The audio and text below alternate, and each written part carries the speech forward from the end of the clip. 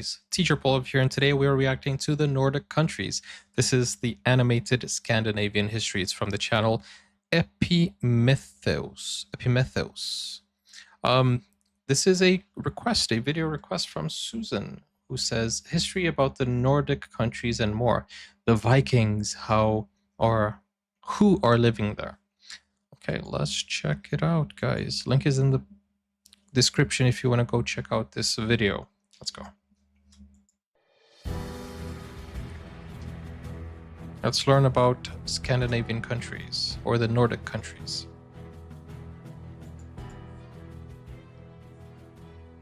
Scandinavia refers to the three northern European countries of Denmark, Norway, and Sweden. Norway and Sweden cover... This is a big topic because a lot of people include Finland as a Scandinavian country. Although, as you can see, let's make the map bigger. It's Finland does have some part of the Scandinavian circle there. The Scandinavian, is it called the Scandinavian Peninsula? That's why a lot of people get mixed up. But yeah, only 3 countries in the Scandinavia area. Although it's a little bit of a tough, complicated thing, but all in all, Nordic country, you can include Finland, but Scandinavia is mainly just these 3. If somebody has a better or more extensive explanation, let us know in the comments. Most of the Scandinavian peninsula, together with Finland, these are the Nordic countries. Yes. Iceland is also typically included as both a Nordic and Scandinavian country. Is it? Greenland I didn't know that and part. The Faroe Islands are both autonomous countries within the Kingdom of Denmark. The Baltic countries of Latvia, Lithuania, and Estonia also share many cultural and historical similarities with the Nordic countries. In the present day, the vast majority of the region's population lives near the coast. This was even more so throughout most of history.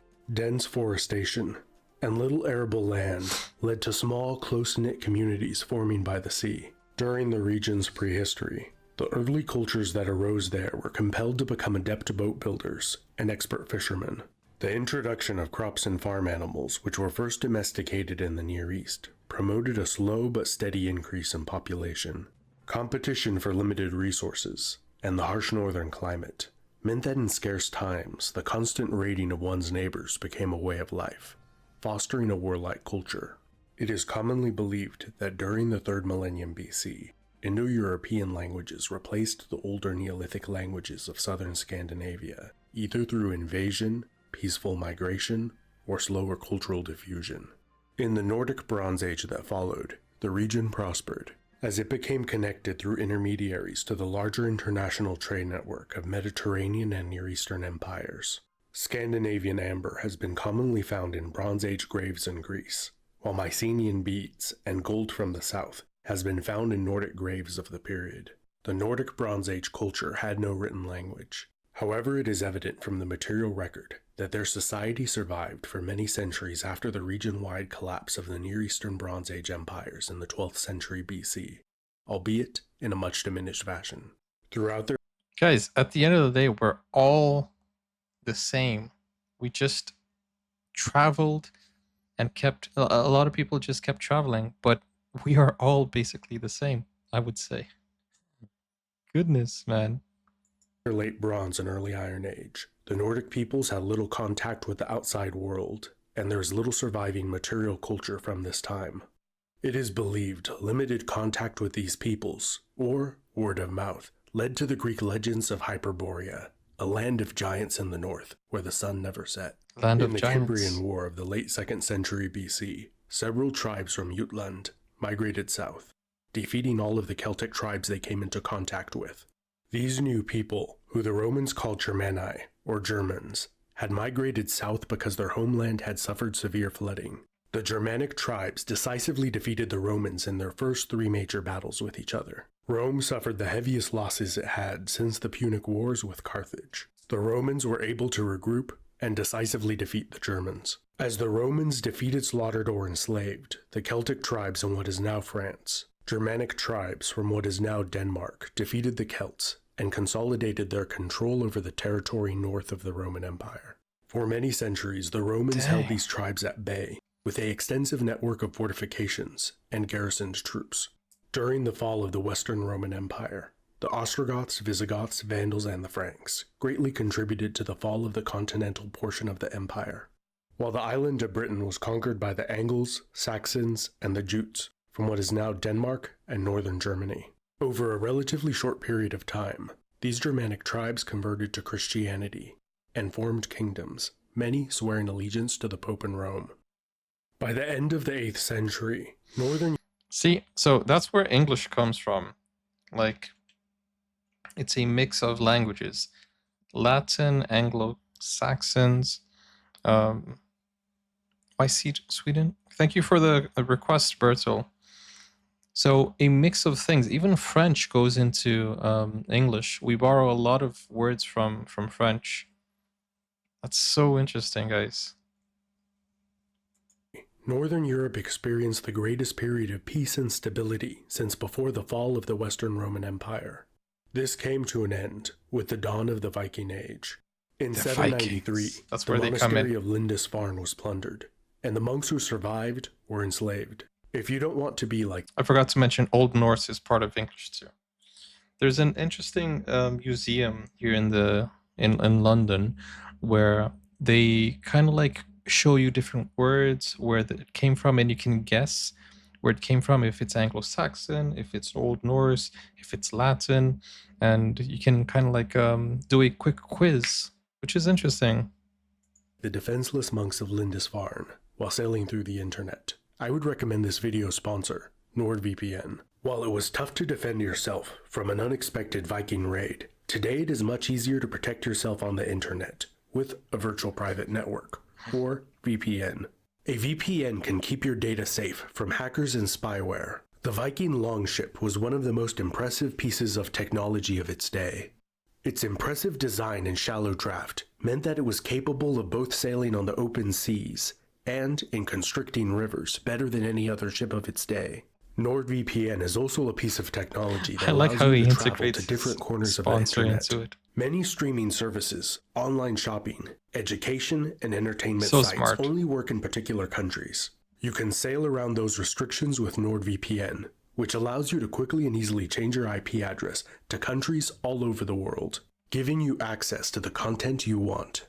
If you want online privacy, website access, and security, NordVPN is the way to go, which is perfect to use when you are traveling or using unsecure networks like at a coffee shop, which is what I do because you can't be too careful. And NordVPN is offering you 70% off a 3-year plan and a free bonus month if you go to nordvpn.com/Epimetheus and use promo code Epimetheus.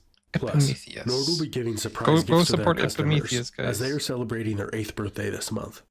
The marauders who appear on the pages of history at the end of the 8th century did not refer to themselves as Vikings, nor did their contemporaries.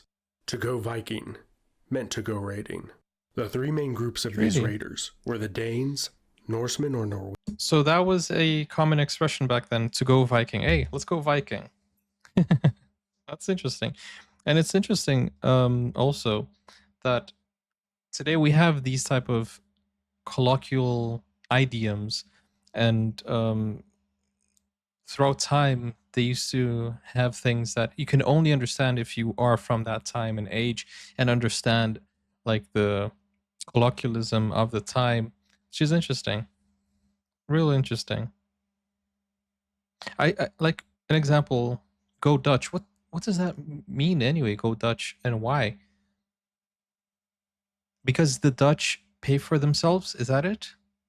I feel like it is. I feel like, because there's like a culture in the Netherlands, right, that you need to pay for everything that you consume. So I guess there's something like that. Norwegians and Swedes. All of these terms were sometimes used in a generic sense by outsiders to refer to all northern invaders. In the Anglo-Saxon kingdoms of Britain, they were often collectively called the Danes, because most of the Northmen to raid there were Danes. Denmark was the first Nordic country to form a large unified kingdom at some point earlier in the 8th century, while in Norway there were around 30 small kingdoms. The unified Danish kingdom must have aided them in the organization of larger campaigns. In the spring of 845, a fleet of 120 Danish longships sailed down the Seine River to Paris. They besieged and then captured the city, which was ravaged and looted.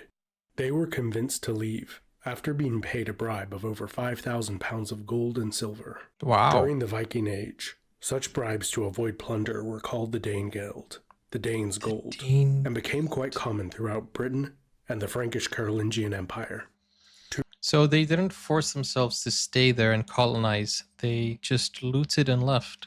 2 decades later, the so-called Great Heathen Army, a large coalition of Northmen, conquered much of the island of Britain and established Danelaw there. In 872, Harold Fairhair established the Kingdom of Norway, uniting many of the smaller petty kingdoms. In the east, the Northmen, predominantly the Swedes, sailed down the rivers of Eastern Europe, raiding and extracting tribute for decades. There, they were known as the Varangians, or the Rus. The Varangian Rurik established rule over a loose confederation of Slavic and Finnic peoples, called the Kievan Rus.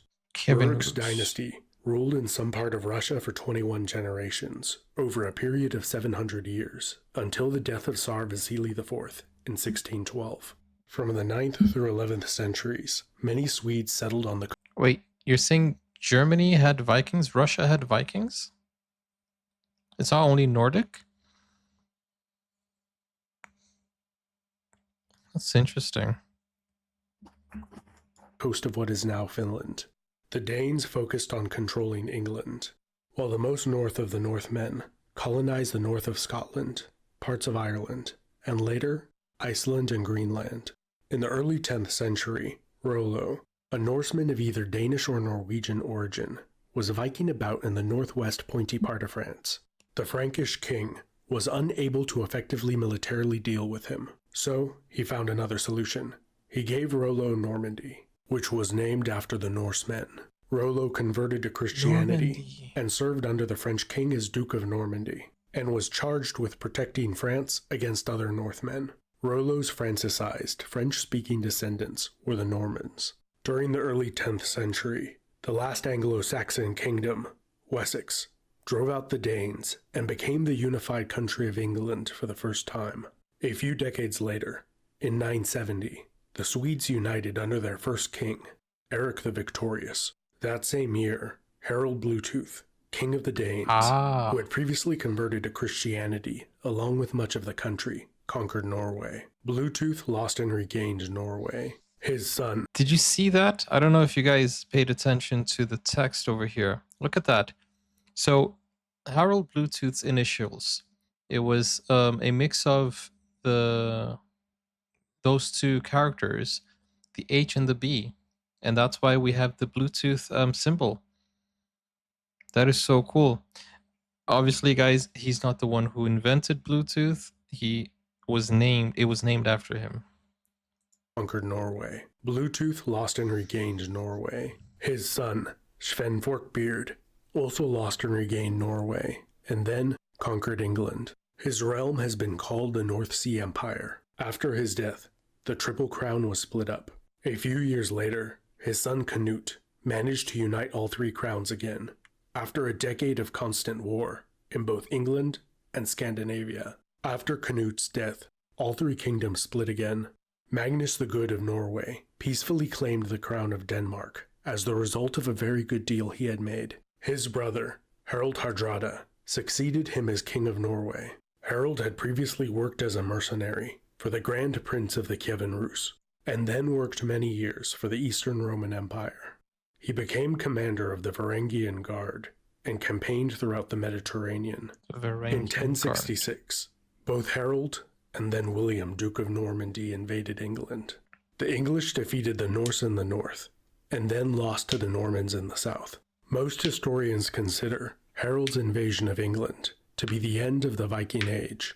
During the following 12th and 13th centuries, conflict internalized around Scandinavia and the Baltic. After the last Swedish pagans were either dead or converted to become good Catholics, the Swedes embarked on crusades to convert or conquer the Finns on their opposite shore. Sweden and Denmark then fought a very long series of wars to control Norway. This is what I've been thinking, guys. Europe has been in war like forever. It feels like it's a European tradition at this point.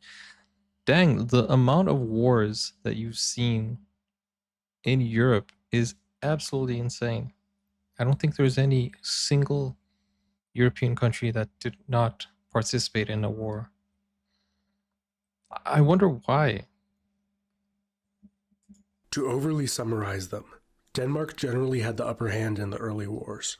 The three kingdoms joined together to form the Kalmar Union, with one monarch for The more than a Kalmar century. Union. The Kalmar Union was not really united and fought wars with itself. Here's a question that I've asked before. Do you think the Kalmar Union would be, if they were united and if it worked out the way it intended to as a union between the Nordic countries, do you think the Kalmar Union would be the biggest, strongest country today? Because the Nordic countries are definitely the wealthiest countries, and or some of the wealthiest countries in the world, and powerful countries. Imagine the Kalmar Union. Do you think it would work out today or no? Let me know in the comments, because I feel like that is something that is really, really crazy to think of. Can you imagine the union of the Scandinavian countries? And if you throw Finland in there too? In 1523, Sweden officially split up with the Kingdom of Denmark-Norway, ending the Kalmar Union. Sweden generally had the upper hand in the later wars of the 16th and 17th centuries. Under the brilliant military tactician, Gustavus Adolphus, Sweden invaded the Holy Roman Empire during the 30 Years' War. The Swedish army had great success in aiding the German Protestants. Gustavus Adolphus died in a major battle where his army was victorious. The Swedish were later defeated by the Spanish, who were supporting the German Catholics. The remaining Swedes withdrew to northern Germany for the remainder of the war. Sweden then resumed fighting more wars with Denmark, and also entered into a series of wars with Poland and Russia. Yeah, no, I know you guys have the European Union today because of the wars. But I'm saying, imagine in the multiverse out there where the Kalmar Union did not they were united. They did not disassemble. They did not separate, and they kept going, and they did everything united. They kept going. They didn't break up. What do you think? Obviously, it's a hypothetical, but can you imagine? I'm not saying today they decide to unite. I'm just saying they kept going and they did what they were supposed to do. Russia. In the Great Northern War, pretty much all of Sweden's neighbors went to war against it. The Swedish king, Charles XII, initially had a great deal of success, until he marched on Moscow.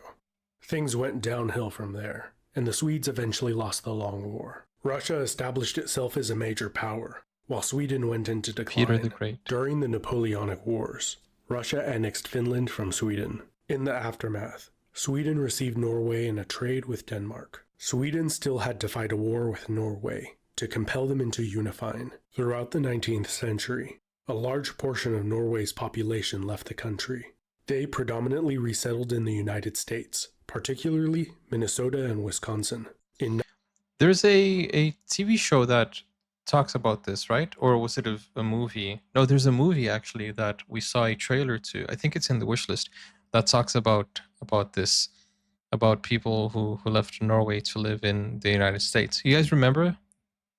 1905. Norway Anybody became remembers the independent. Finland was able to gain its independence in 1917 as a result of the Russian Revolution. During the Great War, the Nordic countries were able to maintain neutrality.